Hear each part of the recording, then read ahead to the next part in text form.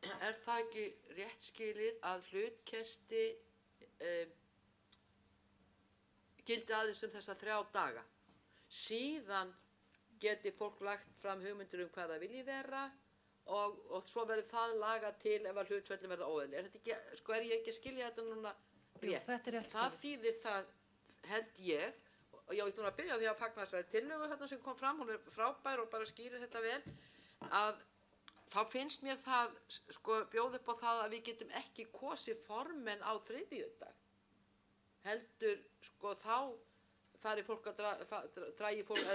að velja nefndir og það bara fyrsta verk eftir páska að velja formenn. Við getum bara gert það á klukkutíma en ekki, sko, við erum að átta okkur á hverjir í nefndunum og hvernig þá kannski eftir að flytja fólk milli nefnda því það eru of margir og svo framvegis. Þannig að það liggur ekki á að þriðjudag að kjósa formenn, finnst mér. Bíða bara til fyrsta vinnudag eftir páska og drífa það af þá.